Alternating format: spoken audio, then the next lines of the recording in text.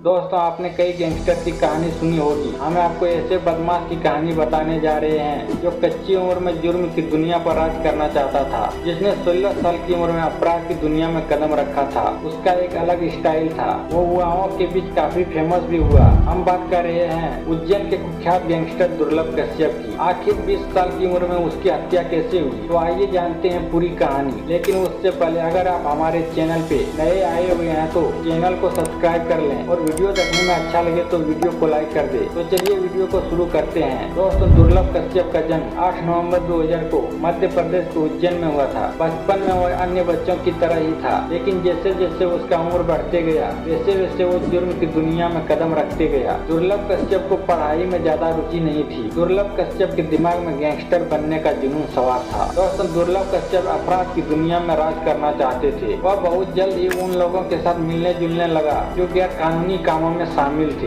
उसने अपने इलाके के गुंडों से दोस्ती कर ली। इसके बाद उसने अपना गैंग बनाना शुरू कर दिया और अपने क्षेत्र में अपनी धाक जमाने की कोशिश करने लगा। दुर्लभ ने बहुत कम उम्र में ही सोशल मीडिया का सहारा लेकर खुद को एक अपराधी के रूप में पेश करना शुरू कर दिया। इस गैंग का पहनावा भी दुर्लभ की तरह ही था, यानी कि माथे पर लाल टीका, आँखों में सुरमा, गले में काला गमछा। ये दुर्लभ का स्टाइल था। उसने खुद को गैंगस्टर के रूप में पेश करते हुए सोशल मीडिया पर अपनी तस्वीर और वीडियो डालते थे। इन तस्वीरों में वह हथियारों के साथ नजर आता था। उसकी इन हरकतों ने उसे सोशल मीडिया पर कुख्यात गैंगस्टर बना दिया। दोस्तों, दुर्लभ कश्यप सोशल मीडिया का इस्तेमाल केवल अपने डर को फैलाने के लिए नहीं, बल्कि नए सदस्यों को अपने गैंग में शामिल करने के लिए भी करता था। इस गैंग में सबसे अधिक नाबालिग लड़कों की संख्या थी, जो कि उसके एक इशारे पर किसी को भी मारने को तैयार रहते थे। वह युवाओं को हिंसा और अपराध के रास्ते पर चलने के लिए कहता था। धीरे धीरे उसका गैंग बड़ा होता गया और उसकी आपराधिक गतिविधियां बढ़ती गई। दुर्लभ कश्यप ने उज्जैन और उसके आसपास के इलाकों में अपना आतंक फैलाना शुरू कर दिया। वह अक्सर मारपीट, धमकी, वसूली और अन्य गैर कानूनी काम करता गया। वह पुलिस की नजर में भी आने लगा, लेकिन वह अपनी चालाकी से हर बार पुलिस की गिरफ्त से बच जाता था। दुर्लभ की यही बेफिक्री और कानून की पकड़ से बचने की काबिलियत ने उसे एक कुख्यात अपराधी बना दिया। दुर्लभ की आपराधिक गतिविधियां दिन प्रतिदिन बढ़ती जा रही थी और वह अपने गैंग के साथ मिलकर लोगों को डराने और उनसे पैसे वसूलने का काम करने लगा था। दुर्लभ के खिलाफ उज्जैन के महाकाल थाना में पहला मामला 2018 में दर्ज हुआ था, जब उसने एक विवाह के दौरान हथियार का खुलेआम प्रदर्शन किया था।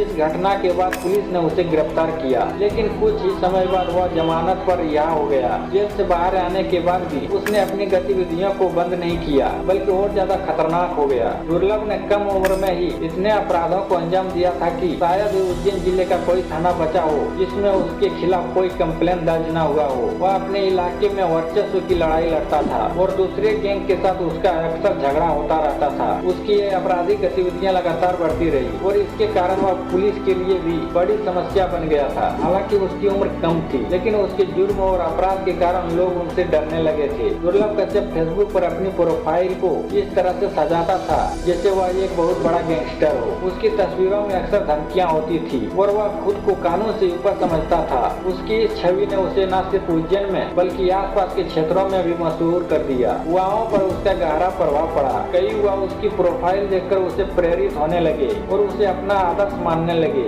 इसने कई युवाओं को अपराध की ओर धकेला। दुर्लभ कश्यप का अंत भी उसी दुनिया में हुआ जिसे उसने खुद चुना था। 5 सितंबर 2020 की रात दुर्लभ की जिंदगी का आखिरी दिन साबित हुआ। उस रात दुर्लभ और उसकी गैंग के कुछ सदस्य उज्जैन के फिरिंगज इलाके में चाय पीने गए थे। वहाँ किसी अन्य गैंग के सदस्यों के साथ उसका पुराना विवाद था। दुर्लभ का स्वभाव ऐसा था कि वह अपने ऊपर आई किसी भी बात को नजरअंदाज नहीं करता था और छोटी छोटी बातों पर भी झगड़ा करने पहुँच जाता था। दुर्लभ को इस बात का अंदाजा नहीं था कि यह झगड़ा उसकी जिंदगी का आखिरी झगड़ा साबित होगा। उस रात दुर्लभ और उसकी गैंग का दूसरे गुट के गैंग के साथ आमना सामना हुआ और दोनों पक्षों में बहस शुरू हो गई। बहस से हाथापाई और फिर चाकूबाजी तक पहुंच गया। इस झगड़े में दुर्लभ और उसकी गैंग के सदस्य बुरी तरह से उलझ गए। झगड़े के दौरान दूसरे गुट का एक सदस्य जो पहले से ही दुर्लभ के खिलाफ गुस्से में था, उसने चाकू निकाल लिया और दुर्लभ पर हमला कर दिया। दुर्लभ को चाकू से 34 वार किए, जिससे वह गंभीर रूप से घायल हो गया। वहाँ मौजूद लोग उसे तुरंत अस्पताल लेकर भागे, लेकिन उसकी हालत इतनी गंभीर थी कि वह बच नहीं सका।